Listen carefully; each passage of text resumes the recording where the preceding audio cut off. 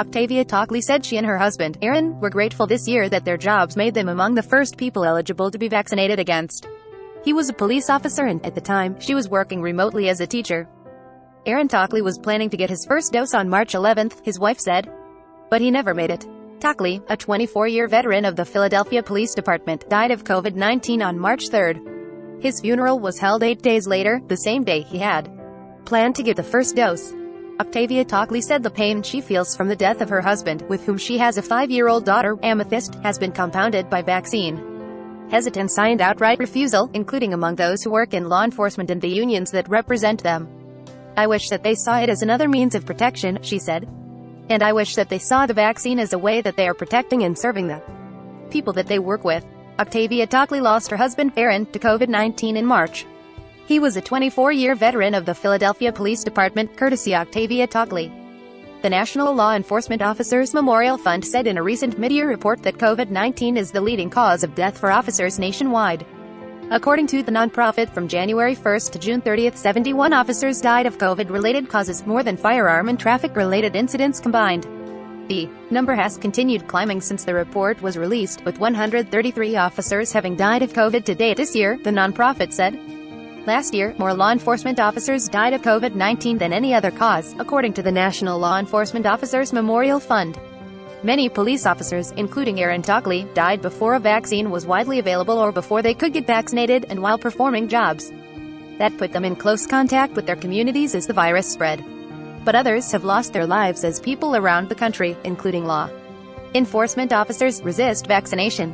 Even as COVID-19 surpasses other causes of death for law enforcement officers, many police unions, including in Chicago, New York, and Seattle, have fiercely opposed vaccine mandates. At a coronavirus briefing Monday, New Jersey State Police Superintendent Colonel Patrick Callahan said he believed officers' reluctance to get vaccinated had contributed to the apparent COVID-19-related deaths last week of 22 law enforcement officers nationwide.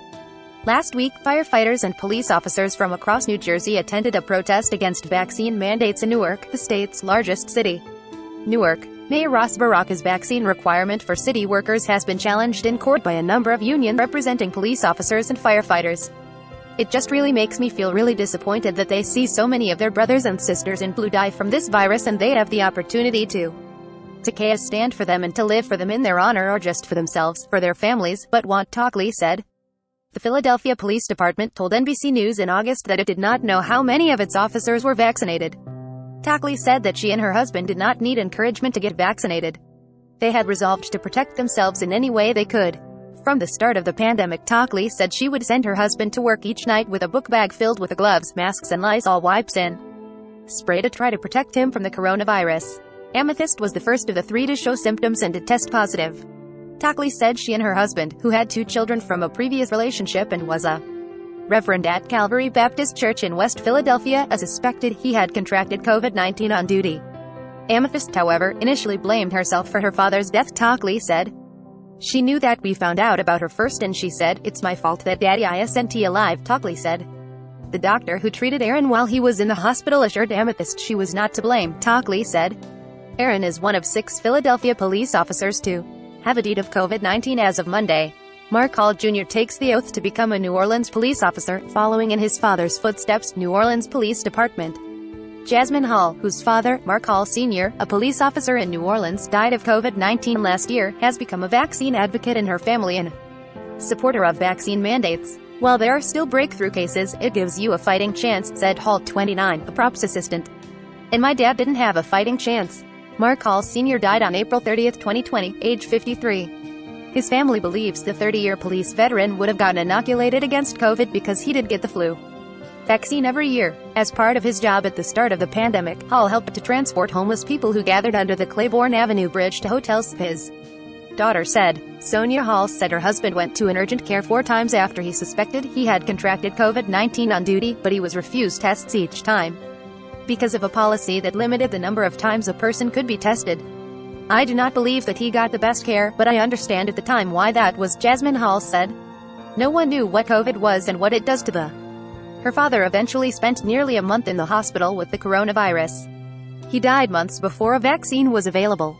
The Halls are all now vaccinated against COVID-19. Sonia said that even though she is not entirely sold on the effectiveness of the vaccines, she was inoculated at the urging of her children, because she has an autoimmune disease and because 17 people close to her have died of COVID-19. She said her children are for the vaccines, including Mark Hall Jr., who graduated from the New Orleans Police Department's training academy shortly after his father's death. The city of New Orleans requires that police officers either be vaccinated or tested weekly. Mark Hall, 24, said he didn't need the city or police department to force him to get vaccinated, despite encountering colleagues within the department and people in the city who he believes are not taking the virus seriously. "It doesn't make me invulnerable," he said of the vaccine, "but I'd rather have as much protection as I can."